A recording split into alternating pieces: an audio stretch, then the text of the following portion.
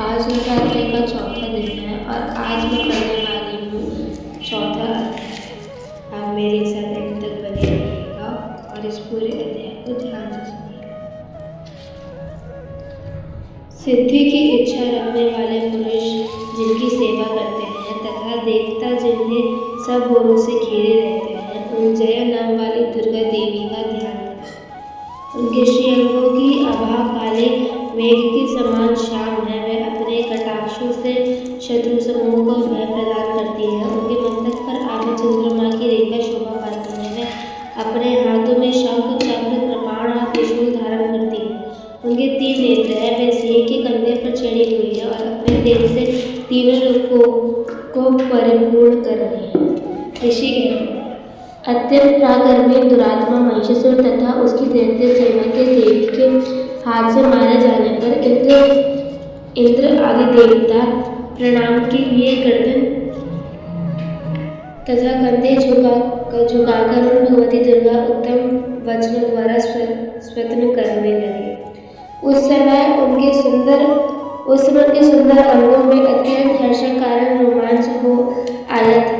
देवता बोले, संपूर्ण देवताओं की शक्ति का सौंदर्य ही जिनकी स्वरूप है तथा जिन देवी ने अपनी शक्ति से संपूर्ण जगत को व्याप्त कर रखा है, समस्त देवताओं और नैशार्य को पूजनीय उन जगदम्बे हम भक्ति पूर्वक नमस्कार करते हैं। हम लोग मिलकर हम लोगों का कल्याण करें। जिनके अनुपम प्रभाव और बल का वर्णन करने में भगवान शेषनाग, ब्रह्मा जी तथा महादेवी जी भी समर्थ नहीं है, वह भगवती चंडिका संपूर्ण जगत का पालन एवं अशुभ भय का नाश करने का विचार करें।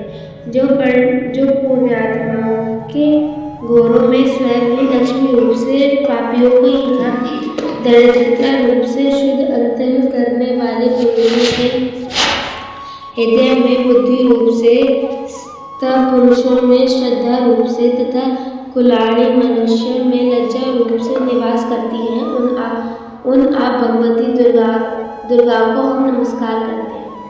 देवी, आप संपूर्ण विश्व का पालन कीजिए। देवी, आपके इस अचिंत्य रूप का असुरों को नाश करने वाली भारी पराक्रम का तथा समस्त देवताओं और दैत्यों के समक्ष युद्ध में प्रकट किए हुए आपके अद्भुत चरित्रों का हम किस प्रकार वर्णन करें। आप संपूर्ण जगत की उत्पत्ति में कारण हैं। आप में सत्वगुण, रजोगुण और तमोगुण ये तीनों गुण मौजूद हैं। तो भी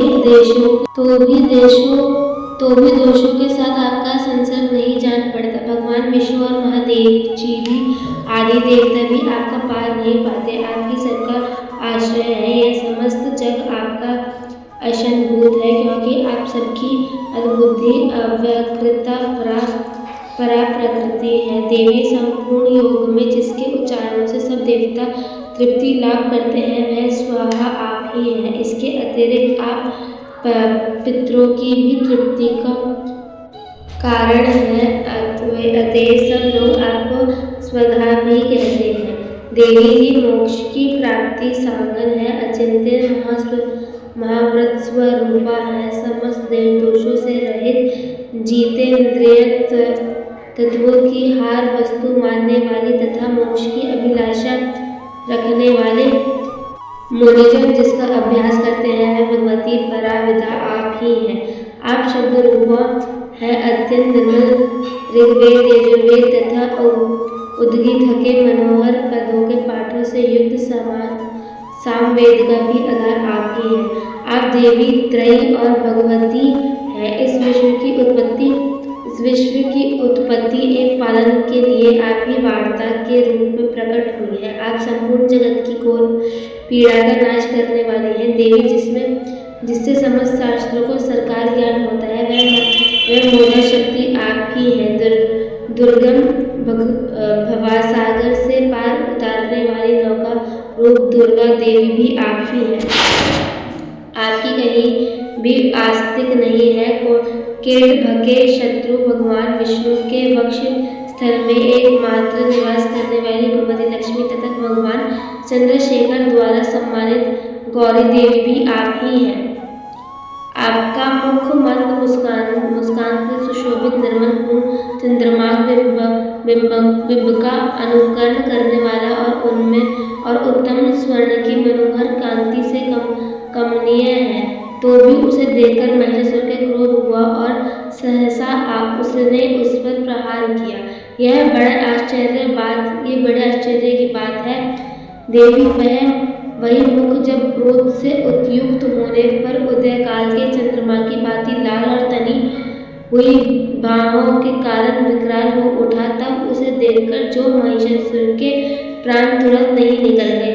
यह उससे भी बढ़कर आश्चर्य की बात है, क्योंकि क्रोध में भरे हुए यमराज को देखकर भला कौन जीवित रह सकता है। देवी आप प्रसन्न हो। परमात्मा स्वरूप आपके प्रसन्न होने पर जगत का अभ्युदय होता है और क्रोध में बढ़ जाने पर आप तत्काल ही कितने कुलों का सर्वनाश कर डालती हैं। यह बात अभी अनुभव में आई है, क्योंकि महिषासुर की यह विशाल सेना क्षण भर में आपके कोप से नष्ट हो गई है। सदा अभ्युदय प्रदान करने वाले आप जिन पर प्रसन्न रहती हैं वे ही देश में सम्मानित हैं। उन्हीं के धन और यश की प्राप्ति होती है। उन्हीं के धन कभी शिथिल नहीं होता तथा वह ही अपने हृष्ट पुष्ट स्त्री पुत्र भृत्यों का स्थान धारण करते हैं। देवी आपकी ही कृपा से पुण्यात्मा पुरुष प्रतिदिन अत्यंत श्रद्धा पूर्वक सदा सब प्रकार के धर्मानुकूल कर्म करते हैं और उसके प्रभाव से स्वर्गलोक में जाते हैं। इसलिए आप तीनों लोगों में निश्चय ही मनोवांछित फल देने वाली है। माँ दुर्गा आप स्मरण करने पर सब प्राणियों का भय हर लेती है और स्वस्थ पुरुष द्वारा चिंतन करने पर उन्हें परम कल्याण में बुद्धि प्रदान करती है। दुख दरिद्रता और भय हरने वाली देवी आपके सिवा दूसरी कौन है, जिसका चित्त सबका उपकार करने के लिए सदा ही द्राद्य रहता हो।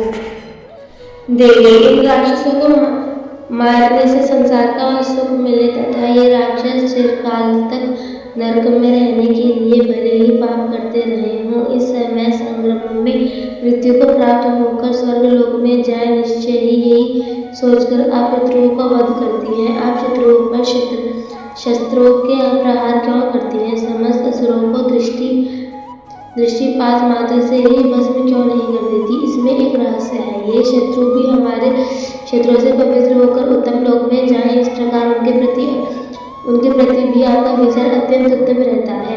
खड्ग के तेज पंच की भयंकर दीप्ति से तथा आपके त्रिशूल के अग्रभाग की घनीभूत प्रभा से चौंधियाकर जो असुरों की आंखें फूट नहीं गई, उनमें कारण यही था कि वे मनोहर रश्मियों से युक्त चंद्रमा के समान आनंद प्रदान करने वाले आपके इस सुंदर मुख का दर्शन करते थे।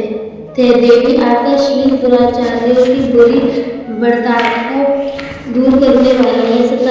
साथ ही यह रूप ऐसा है जो कभी चिंतन में भी नहीं आ सकता है और जिसकी कभी दूसरों से तुलना भी नहीं हो सकती, तथा आपका बल और प्रागण तो उन दैत्यों का भी नाश करने वाला है जो कभी देवताओं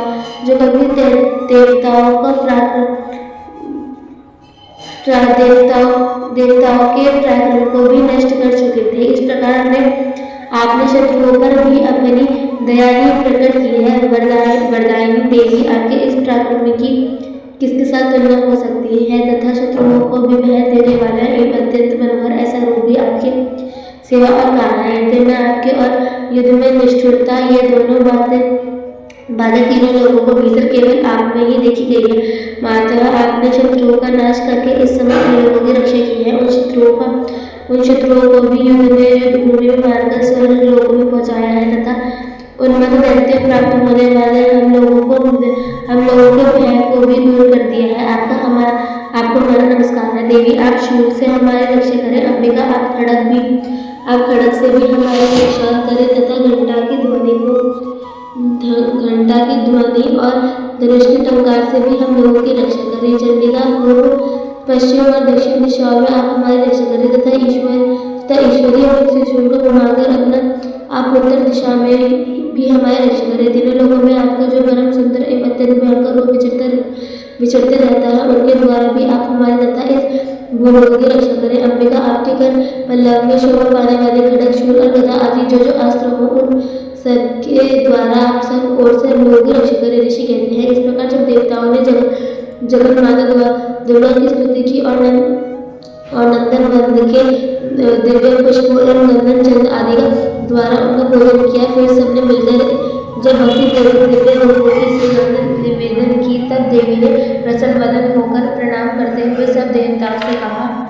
देवी बोली, देवताओं, तुम सब लोग मुझसे जिस वस्तु की अभिलाषा रखते हो उसे मांगो। देवता बोले, भगवती, हमारी सब इच्छा पूर्ण कर दो। आप कुछ भी बाकी नहीं है, क्योंकि हमारे यह शत्रु महिषासुर मारा गया।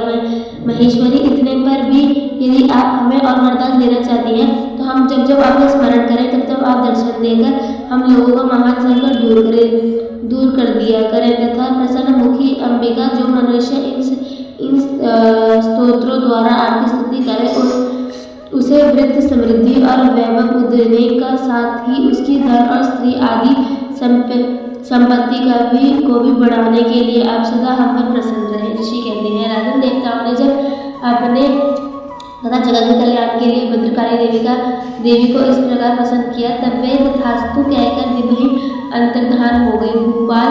भूपाल, इस प्रकार पूर्व काल में तीनों लोगों का हित चाहने वाली देवी जिस प्रकार देवताओं को शरीर से प्रकट हुई थी, वह सब कथा मैंने कह सुनाई। अब पूर्ण देवताओं का उपकार करने वाली वे देवी दुष्दैत्य तथा शुंभ निशुंभ का वध करने एवं सब लोगों की रक्षा करने के लिए गौरी देवी के शरीर से जिस प्रकार प्रकट हुई थी, वह सब प्रसंग मेरे मुंह से सुनो। मैं उसका तुमसे यथावत वर्णन करता हूँ। इस प्रकार श्री मार्कंडेय पुराण में सार्वजनिक मनमंत्र की कथा के अंतर्गत देवी महात्म्य शक्रादिस्तुति नामक 14 अध्याय पूरा हुआ। बोलो अम्बे मात की जय।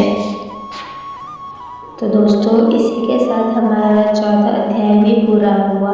मैं आशा करती हूँ आपको हमारी वीडियो अच्छी लगी होगी, आपने एंड तक ज़रूर सुना होगा।